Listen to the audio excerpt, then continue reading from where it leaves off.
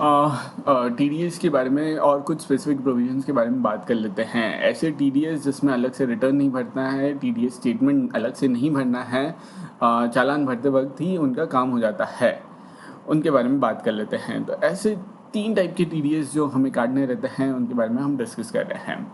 एक तो जब हम इमूवेबल प्रॉपर्टी खरीद रहे हैं और उसका पेमेंट दे रहे हैं। दूसरा तब जब हम प्रॉपर्टी पे रेंट ले रहे हैं और हर महीने रेंट अदा कर रहे हैं, तब हमें टीडीएस काटना है। तीसरा तब जब हम कुछ स्पेसिफिक कॉन्ट्रैक्टर्स और प्रोफेशनल को एक लिमिट से ज़्यादा का पेमेंट कर रहे हैं, तब हमें टीडीएस काटना है। अब टीडीएस काटना जो है वो उसका चालान भरना है और चालान भर के उसका स्टेटमेंट फाइल करना है। और वो स्टेटमेंट या टीडीएस रिटर्न बोलते हैं, उनके फॉर्म्स है 26 क्यूबी फॉर इमूवेबल प्रॉपर्टी का TDS, 26 QC for rent on property का TDS, 26 QD for payment to resident contractors और प्रोफेशनल। और इनके प्रॉपर सेक्शंस भी है 194 IA, 194 IB और 194 M।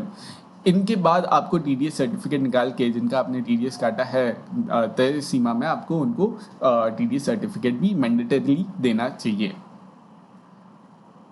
अब मैं बात कर रहा हूँ कि इमूवेबल प्रॉपर्टी यानी कि 194 IA का टीडीएस काटना को कब कब है। तो सबसे पहले अदर देन एग्रीकल्चर लैंड, अगर एग्रीकल्चर लैंड के अलावा आप कुछ और खरीद रहे हो तब करना है। कौन काटता है? बायर काटता है टीडीएस। किसका काटता है? सेलर का काटता है। ठीक है। किस रेट से काटता है? 1% ऑफ द टोटल कंसिडरेशन। पूरा जो भी होलसम अमाउंट दे रहा है उसका 1% टीडीएस काट के सरकार को जमा करवाना है फॉर्म 26 क्यूबी के तहत।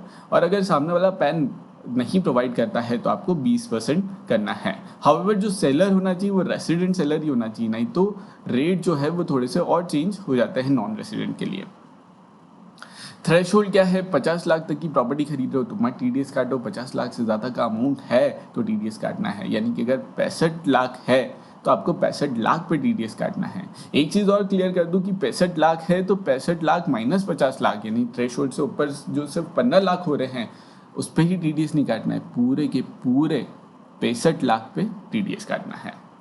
साथ ही साथ एक चीज़ जो ये है, चूँकि ये चालान कम रिटर्न है तो आपको 10 नंबर लेने की ज़रूरत नहीं है। अगर आपके पास 10 नंबर नहीं है तो आपके पैन नंबर से भी काम हो जाएगा, ये चालान कम रिटर्न जो है फाइल हो जाएगा। इसको 30 दिन के अंदर करना है। कब? 30 महीना कब से? इस महीने हमने पेमेंट दिया, इस महीने हमने पेमेंट उसका टीडीएस काट लिया, तो इस महीने के ख़त्म होने के 30 दिन के अंदर 30 डेज़ के अंदर मंथ एंड के 30 डेज़ के अंदर हमें टीडीएस काट तो यहाँ लिया उसे जमा करवाना है गवर्नमेंट को।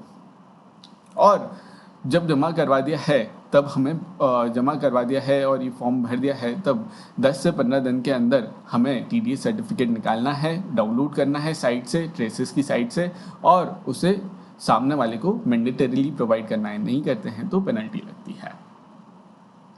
अब ये इमूवेबल प्रॉपर्टी का जो 50 लाख का थ्रेशोल्ड है या कितने पे 1% काटना है, उसमें आप जो सामने वाले को अदा कर रहे हो, पेमेंट कर रहे हो, चाहे वो किसी भी नाम से हो, चाहे क्लब फीस हो, मेंटेनेंस फीस हो, कार पार्किंग फीस की अलग से ले रखी है या मेंबरशिप फीस ले रखी है या कोई एडवांस फी ले रखी, किसी भी नाम से हो, अगर वो इमूवेबल प्रॉपर्टी से रिलेटेड हो, इंसिडेंटल हो उसके ट्रांसफ़र से, तो आपको पूरे के पूरे अमाउंट का डिटेल्स काटना है।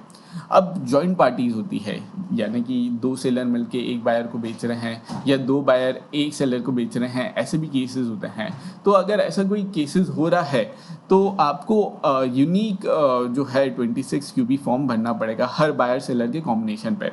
एक एग्जांपल ले लेते हैं, उससे समझ लेते हैं। एक बायर है और 2 सेलर जॉइंटली बेच रहे हैं, तो हमें 2 फॉर्म भरना पड़ेगा। 2 बायर है और 2 सेलर है, 2 सेलर जॉइंटली प्रॉपर्टी बेच रहे हैं और 2 बायर जॉइंटली प्रॉपर्टी खरीद रहे हैं। पति पत्नी यूजुअली साथ में खरीदते प्रॉपर्टी, तो 4 फॉर्म लगते हैं। आप पेमेंट इंस्टॉलमेंट में दे रहे हो तो हर इंस्टॉलमेंट का 1% आपको काटना है। जब आप इंस्टॉलमेंट पे कर रहे हो तब आपको इंस्टॉलमेंट काटना है। फॉर्म 26 क्यूबी की बात कर लेते हैं कि अगर फॉर्म 26 क्यूबी आपने फाइल नहीं किया तो क्या हो जाएगा, तो एक्चुअली क्या है, AIR यानी कि सरकार के पास ऑलरेडी इन्फॉर्मेशन आ जाएगी, उनके पास आ जाती है, रजिस्ट्रार दे देगा एनुअल इन्फॉर्मेशन से, और फिर हाई वैल्यू फाइनेंशियल ट्रांजैक्शन का नोटिस निकाल देगा, और वो नोटिस जो है हमें NSDL की साइट 10 NSDL की साइट पे मिल जाएगा, और फिर हम रेक्टिफाई करना चाहते हैं सिचुएशन को, तो विद पेनल्टी विद इंटरेस्ट हमें TDS काट के भरवाना पड़ेगा। अब दूसरा केस है 194 IB का, कि हम जो है वो रेंट पे कर रहे हैं कुछ इंडिविजुअल्स कुछ HUF को, कुछ इंडिविजुअल्स और कुछ HUF को हम रेंट पे कर रहे हैं, तो उसका बारे में हम बात कर लेते हैं। ये किन पे एप्लीकेबल है, डिडक्टर इंडिविजुअल और HUF होना चाहिए, और वो जो 194I में नहीं कवर होना चाहिए। 194I यानी कि ऑडिट वाला जो है पार्टी या कंपनी फर्म्स है, वो अगर रेंट पे करती है उसमें कवर नहीं हो रहा है, तो यहाँ से कवर कर लिया है, 194 IB से कवर कर लिया है, यानी कि बेसिकली सैलरीड वाले पर्सन जो रहते हैं उनको कवर कर लिया है। अगर वो 50,000 पर मंथ या पार्ट ऑफ द मंथ 50,000 से ज़्यादा का अदा कर रहे हैं, तो सामने वाले को पेमेंट करने से पहले 5% का TDS काटना पड़ेगा, और अगर सामने वाला पैन नहीं देता है तो 20% का TDS काटना पड़ेगा। और जब आप जो है पेमेंट के टाइम या आपकी बुक्स में क्रेडिट करते हुए टाइम जो भी पहला है, तब आपको TDS काट के जमा करवाना है अगेन उस फॉर्म में, राइट। और फाइनली 194M की बात कर लेते हैं। 194M है क्या, कि हमें रेसिडेंट कॉन्ट्रैक्टर और प्रोफेशनल से कुछ सर्विसेज ली है, और उस सर्विसेज के तहत हमें TDS जो है वो काटना है। वो लोग हैं जो 194C या 194J या 194H जो कमीशन, कॉन्ट्रैक्टरशिप या प्रोफेशनल सर्विसेज के लिए कवर होता है, यूजुअली बिजनेस फर्म के लिए, जो ऑडिट वाली फर्म रहती है, इंडिविजुअल HUF या फिर फर्म कंपनीज, और ये उनके लिए होता है। अगर आप उसमें फॉलो हो रहे हैं तो ये प्रोविज़न नहीं लगेगा, एप्लीकेबल सिर्फ इंडिविजुअल या HUF पे होएगा, और वो 50 लाख से ज़्यादा का सम दे रहे हैं एक ट्रांजेक्शन के तहत, तब 5% का TDS काट लो, या 20% का TDS काटो अगर सामने वाला पैन नहीं दे रहा है। अगेन बुक्स में क्रेडिट करते टाइम या पेमेंट करते टाइम जो भी अर्लियर है, तब TDS काट के आपको अगले महीने तक उसको जमा करवाना है और उसका स्टेटमेंट फाइल करना है। तो टाइम लिमिट आपको समझ में आ गई होगी कि किस तरीके से टाइम लिमिट है TDS पे करने की। तो दूसरे वाले केसेस के लिए तो ये है, दूसरे केसेस के लिए जो रहता है वो अगले महीने की 7 तारीख रहता है, यानी कि ये 3 केसेस के अलावा अगले महीने की 7 तारीख तक रहता है, और मार्च के रिटर्न मार्च का जो TDS काटा है उसके लिए 30 दिन देते हैं, यानी कि जो इन सेक्शंस में नहीं फॉल करते जो हमने अभी डिस्कस किया उनके लिए रहता है। किस तरीके से ये फॉर्म भरना है, तो NSDL की साइट पे जाके ये फॉर्म भरा जा सकता है। वहाँ सर्विसेज टैब में ई पेमेंट टैक्स ऑनलाइन वाले टैब में जाके होता है। वहाँ 3 ऑप्शन रहते हैं, 26 QB प्रॉपर्टी वाले के लिए, 24 QC रेंट ऑफ प्रॉपर्टी के लिए, और 26 QD जो है वो कॉन्ट्रैक्टर और प्रोफेशनल्स के लिए है। फॉर्म सिलेक्ट करो, फॉर्म की डिटेल करो, और आखिरी टेप पेमेंट इन्फो में जाके आप या तो नेट बैंकिंग से कर सकते हो या चालान डाउनलोड कर सकते हो और बैंक ब्रांचेस में जमा कर सकते हो, ठीक है। और आपको जो है इसमें चालान का कोड जो रहता है वो 280 है, और आपको जो टिक करना है वो 800 पे करना है अगर आप सेल ऑफ प्रॉपर्टी पे हो। प्रॉपर्ली आपको कोड सिलेक्ट करना पड़ेगा इसके लिए। अगर आप ऑनलाइन पे नहीं करते हो तो कोई भी बैंक, ऑथराइज बैंक जो गवर्नमेंट ने ऑथराइज कर रखी है, तो 10 दिन के अंदर आपने डाउनलोडेड जो चालान रहता है वो वैलिड रहता है, आप चेक के द्वारा भरवा सकते हो, नहीं तो नेट बैंकिंग से तुरंत ही कर सकते हो।